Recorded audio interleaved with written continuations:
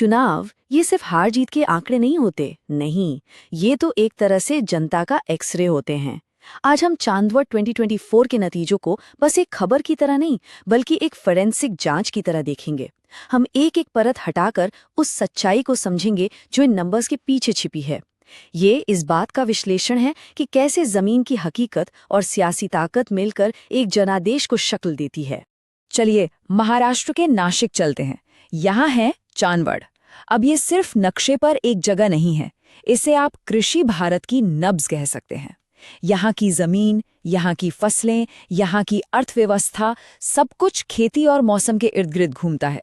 तो जब यहाँ का वोटर बटन दबाता है तो वो सिर्फ एक नेता नहीं चुन रहा होता, वो असल में अपनी जमीन, अपनी मेहनत और अपने घर के भविष्य पर फैसला सुना रहा होता है।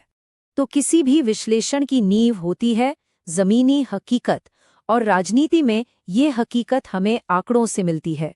ये सिर्फ नंबर नहीं है, नहीं, ये वो कहानी है जो वोटरों ने हमें सुनाई है। उनकी उम्मीदें, उनकी नाराजगी, उनकी खामोशी, सब कुछ इन नंबर्स में कैद है। आइए जमीन से आए इस फैसले को डिकोड करते हैं। सबसे पहले ये नंबर देखिए, 69%। ये है वोटर टर्नआउट। इसका क्या मतलब है? इसका सीधा मतलब है कि लोग चुप नहीं बैठे थे, उनमें एक बेचैनी थी, शायद एक उम्मीद भी, और अपनी बात कहने की जिद थी। इतना ज्यादा मतदान उदासीनता का नहीं, बल्कि गहरी भागीदारी का सबूत है। लोग या तो बदलाव चाहते थे या फिर मौजूदा सिस्टम को बचाने के लिए पूरी ताकत से सामने आए थे। अब दूसरा नंबर 43.78%। ये है जीतने वाले का वोट शेयर। अब हाँ, जीत तो जीत होती है, पर इसे आप कोई लहर नहीं कह सकते। क्यों? क्योंकि 50% से कम वोट का मतलब है कि एक बहुत बड़ा हिस्सा आपके साथ नहीं था। ये उन दरारों की तरफ इशारा करता है जो सतह के नीचे हैं, और इन्हें नजरअंदाज करना बहुत भारी पड़ सकता है। और जो जीत का मार्जिन है वो है 20% से थोड़ा ज्यादा। पहली नजर में ये बहुत बड़ा और निर्णायक लगता है, पर असल कहानी हमेशा की तरह सतह के नीचे है। ये मार्जिन बड़ा इसलिए दिखा क्योंकि जो सत्ता विरोधी वोट था वो एक जगह इकट्ठा ही नहीं हो पाया, वो कई हिस्सों में बट गया। और इस बंटवारे को समझना ही इस पूरे चुनाव की पहेली को सुलझाने जैसा है। तो ये तो हुआ कि क्या हुआ। अब सवाल आता है कि ये क्यों हुआ। देखिए, कोई भी चुनावी नतीजा अचानक नहीं आता। इसके पीछे सालों का इतिहास होता है, लोगों की मौजूदा परेशानियां होती हैं और पार्टियों के जमीनी संगठन की ताकत होती है। चलिए इस नतीजे की एनाटॉमी को जरा करीब से देखते हैं। चांदवड़ के इतिहास को देखें तो एक बात साफ हो जाती है, यह किसी एक पार्टी का किला कभी नहीं रहा। यहाँ की जनता ने वफादारी से ज्यादा बदलाव को चुना है।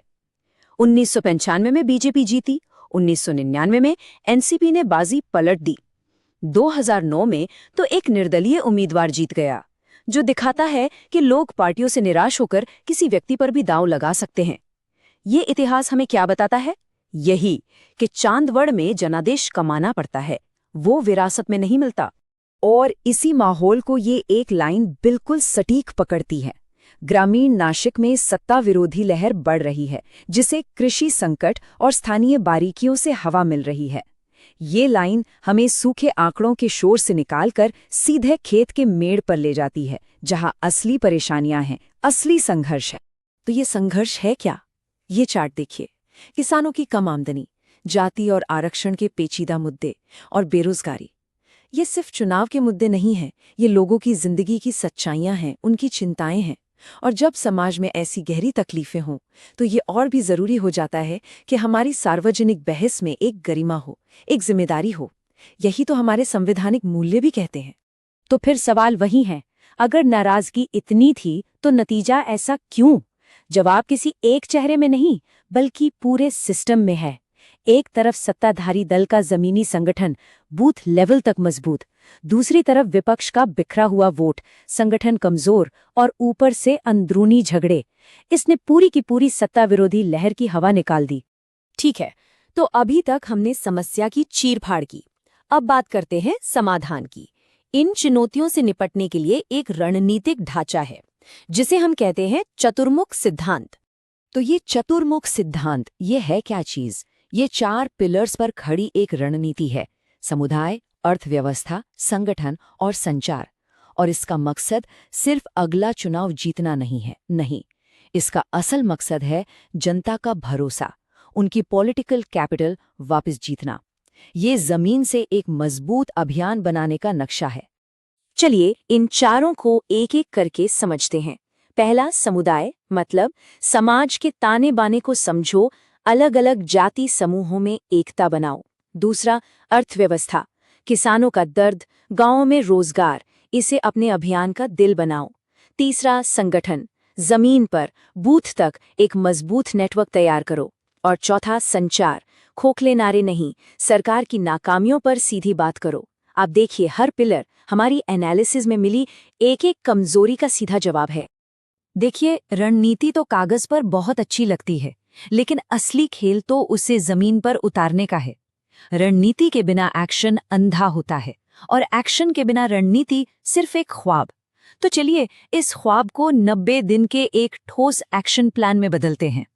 इसे हम कहते हैं 90 दिन में वापसी का प्लान। फेज 1, पहले 30 दिन।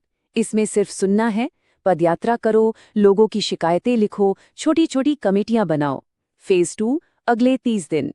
अब लामबंदी का वक्त है, मुद्दों पर कैंपेन लॉन्च करो, डिजिटल मैसेजिंग का इस्तेमाल करो। और फेज 3, आखिरी 30 दिन। अब रफ्तार पकड़नी है, अपना लोकल मैनिफेस्टो लाओ और बड़ी रैलियां करो।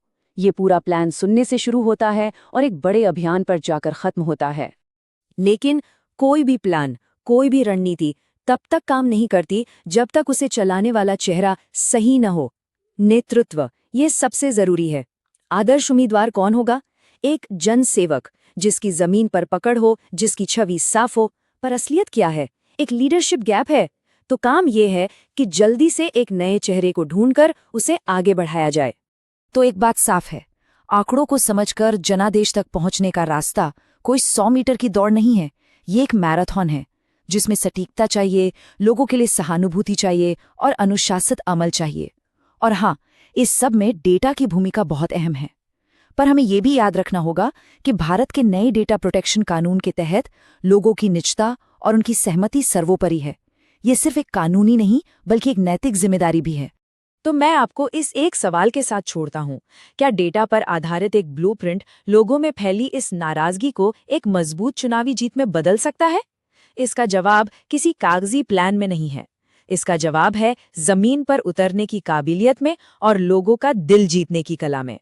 अगर आप एक जन केंद्रित नेता बनकर अपने क्षेत्र की तरक्की करना चाहते हैं, तो blueprintstrategies.ai से संपर्क करें। हमें ईमेल करें mgr@blueprintstrategies.ai पर या कॉल करें 08042041602 पर। हमारा लक्ष्य है पर्पस बियॉन्ड पॉलिटिक्स।